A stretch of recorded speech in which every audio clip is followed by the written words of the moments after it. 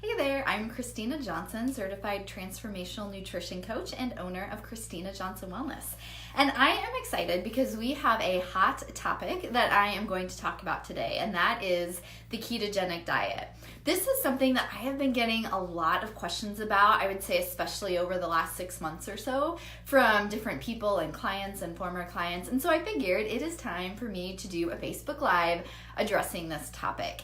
And I think one of the issues with the keto diet, it's become very mainstream and pretty popular lately. And with that comes some good and bad. There are definitely some really amazing benefits to the keto diet, but there's also some drawbacks. And I think that a lot of what's being said about keto is all the positives, and not a lot of people are sharing just the things to look out for when you do a keto diet. And so that's my goal today, is to really show you both sides of the idea of a keto diet and helping you figure out whether or not it might be right for you. So as I do that, I'm going to get started here and just give you a brief overview of what the keto diet is to make sure we're all on the same page. But I'm curious, are you familiar with the keto diet? Do you know much about it? If you do, kind of what's your impression of it? Is it something you've thought about trying? I would just kind of love to hear where you're at right now so that I know kind of just how to best share this information either on this video and in the future as well. So I'd love to hear where are you at? What do you know about keto right now? What's your impression of it?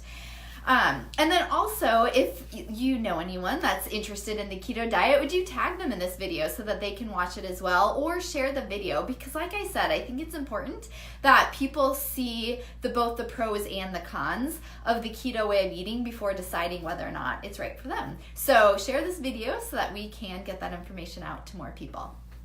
Okay, so let's look at what the keto diet is exactly. I'm just gonna give you a brief, high level overview of it, and then I'll share with you some of the biggest benefits to the keto diet, what the potential drawbacks are, and then I have 4 things that I would recommend you consider before deciding whether or not it's right for you. So the keto diet basically is where you are eating a really high fat diet. So usually 70 to 80% of your calories are coming from fat. And then you're eating a moderate amount of protein, not a lot, but usually I would say around 20% or less of your calories is coming from protein, and you're eating a really low amount of carbs. So typically that's, 5% or less. It ends up maybe being 20, 30 grams of carbs on the high end. And that's just kind of typically what most keto diets consist of. And the idea behind this is that when your body doesn't have a lot of blood sugar or glucose to use as fuel for energy, then your body will start to turn to fat as an alternative source. So your liver actually will produce ketones from fat, and then that can be used as a source of energy. And so when you're eating low carbs and moderate protein, that's what happens. Your body starts burning those fats. And, as a result, your body becomes really good at burning fat, so it jumpstarts weight loss. And that's the primary reason why it seems like a lot of people are turning to the keto diet. But it also is good for your brain, because your brain really does well on the fuel from fat, from those ketones. And so a lot of people notice that they're thinking more clearly and more focused and just feel more sharp, and that they have more energy when they're eating this way and when their body is burning ketones and burning fat. So that's just a brief overview of what keto is. So let's look at what some of the biggest benefits are. Like I said, most people are trying the keto diet because they want the weight loss when your body's getting really good at burning fat. And some people do it for the energy and that mental clarity. But there's actually quite a bit of research that suggests some more therapeutic type benefits to the keto diet. It has been used for decades, primarily to treat kids who have, difficult to control epilepsy. And it's been shown to be pretty effective at that, because it is good with those neurological brain type of issues. So that's been one benefit to it. There's also a lot of research starting to come out that's showing that it just is helpful with other brain-related issues and diseases. So there's some suggestions in the research that it can be helpful with Alzheimer's and Parkinson's and different diseases like that, which is pretty amazing, because again, it's just a good fuel for your brain. Also, there's some research that suggests that it can potentially help cancer, because cancer cells are not believed to be fueled off of those ketones very well. So then the cancer cells start to kind of starve off because of that. So there are a lot of really promising therapeutic benefits to being on the ketogenic diet. And that's amazing. And a lot of people really experience some great success and some great results with that way of eating. But there is another side to it. And so that's what I also want to share with you. What are some of the potential cons? And I think not everybody's going to experience these cons or these drawbacks, but it's important to know that it's possible so that you know whether or not it might be helpful for you. So first of all, I would say the biggest drawbacks tend to come to women because our hormones are pretty complicated systems. And when one hormone gets out of balance, it's like a domino effect, and it can affect other hormones as well.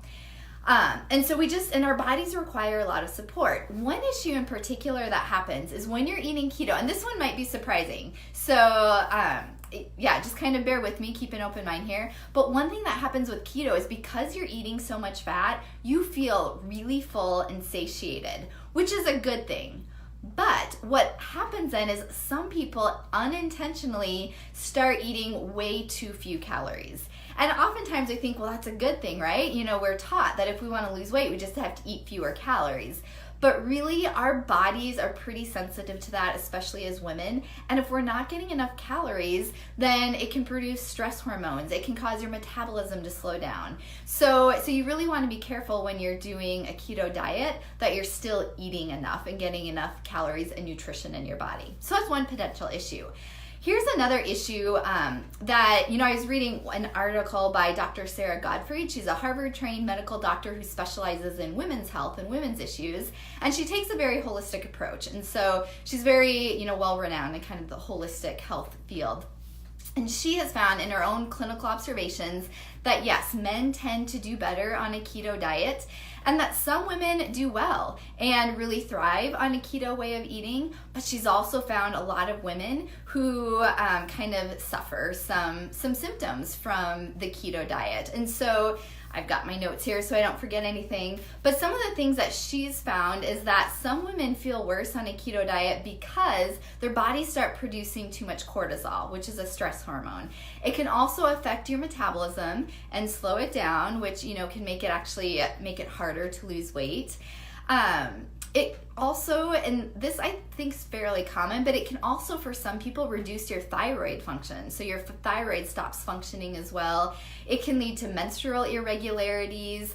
It can affect your circadian rhythm and your sleep, and it might affect your mood and just your ability to maintain a healthy weight. So again, those are things that some women experience, not all women, but it's important to know that that's possible for you.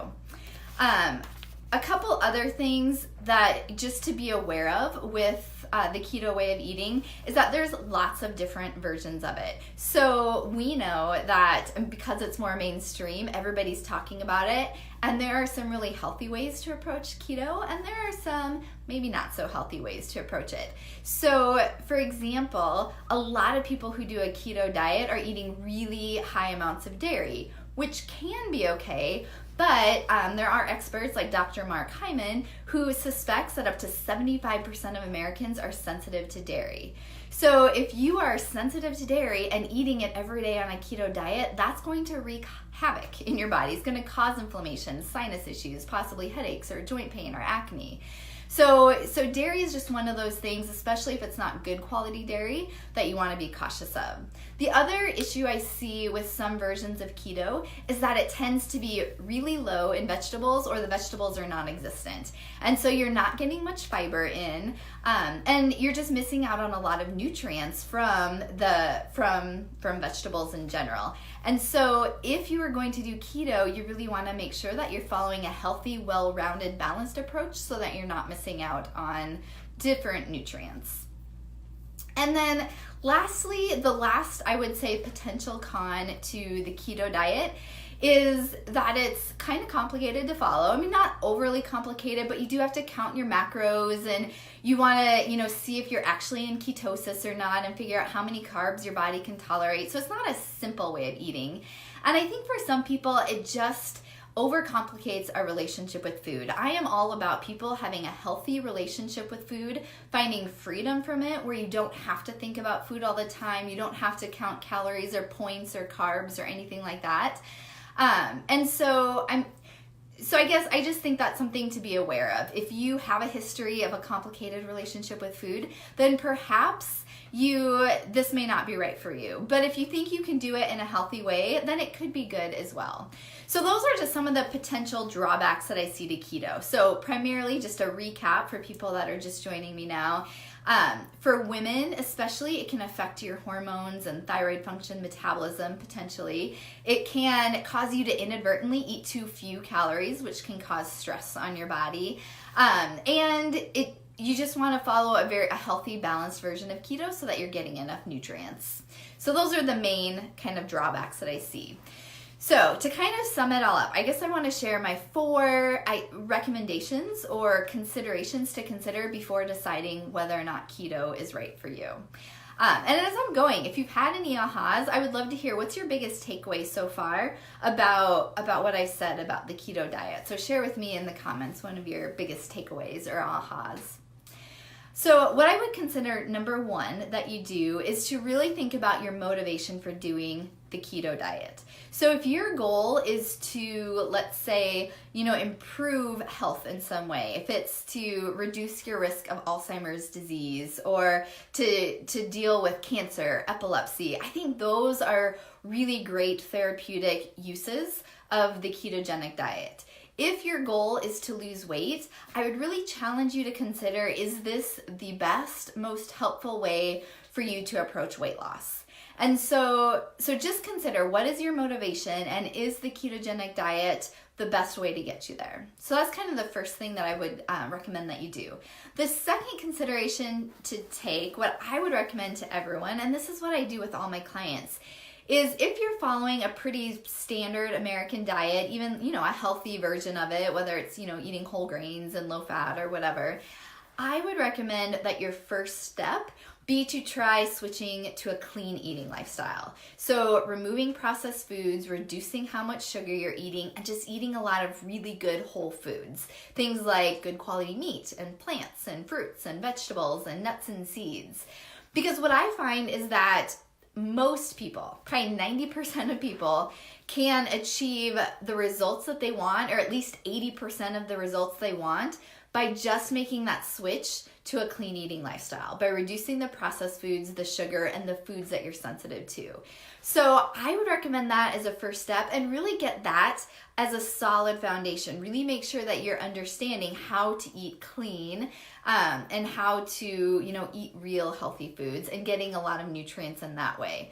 Then, once you're following that clean eating lifestyle for a while, I would say probably 3, 4, 5 months, see how that's doing for you. That might be getting you the results you want in a much simpler, less complicated way. So do that. Then, step 3 would be, after following that clean eating lifestyle for a few months, then consider experimenting a little bit with what you're eating. You can fine-tune that lifestyle to further meet your needs. So maybe you've gotten 80% of the way to where you want to go with just clean eating, and now you have a few more goals you want to achieve. So you could fine-tune that by possibly, adjusting your macronutrients, so eating fewer carbs and more fat. Maybe you do want to try the keto diet. Maybe you want to, try intermittent fasting. So I think it's more appropriate to try some of those strategies like the keto diet after you have the foundation of a clean eating lifestyle in place. And then, you can experiment with it. So that's step 3. Step 4 then is to view this, whatever tweaks you're making, whether it's the keto diet or intermittent fasting or whatever, view it truly as an experiment. So Dr. Gottfried, who I referred to earlier, she suggests, maybe experimenting with keto for 6 to 12 weeks and see how you do on it. Because like I said, some people do really well and have some amazing benefits from it, but other people don't. So if after 6 to 12 weeks you're feeling really well and things are going well, then maybe you want to continue it.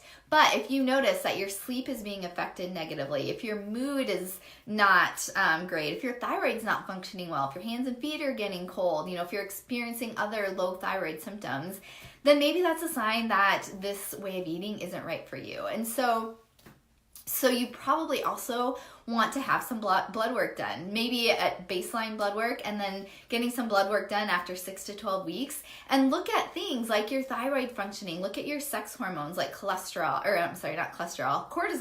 and progesterone and estrogen. See if those are getting better or suffering a bit. Look at your inflammatory markers like the C-reactive protein and homocysteine. And just, work with someone who's experienced and can tell you whether or not this way of eating is actually working for you. So that's really my biggest piece of advice. I think that the keto diet can be great and therapeutic and healing and beneficial for a lot of people, but it is not for everyone. And I have seen women suffering on the keto diet. I myself have tried, different versions of keto and intermittent fasting. And honestly, I can tell that when I go too low carb, my thyroid starts to not function as well. My hands and feet are getting colder. It's harder to lose weight. I experience more like low blood sugar symptoms. And so it's not ideal for me. And I've seen other women kind of suffer with those same issues. So if you want to experiment with it, go for it, but do it in a healthy way and really make sure that you're monitoring how you feel throughout the process. I've seen some people who do keto and then they feel like, they're not doing well on it, they're not sleeping well, or they're not feeling great, but they have to power through it because everyone else is doing great on it. So just know that your body is unique, and whether or not keto is going to work for you is a very individualized thing for you and your body. And there's a lot of information out there. You can do some research about how to do keto in a way that's more friendly for a woman's body and hormones. So those are just a few things to keep in mind. So I'd love to hear, as I said before, what is an aha or a takeaway that you are having from this information that I shared today. If you would share this video so that more people can just get a full picture and more ideas on whether or not keto is right for them, that would be great. You can either share the video or tag people in the comments. And if you have questions about them, put them in the comments and I will be happy to come back after I'm live and during the replay and answer them as well.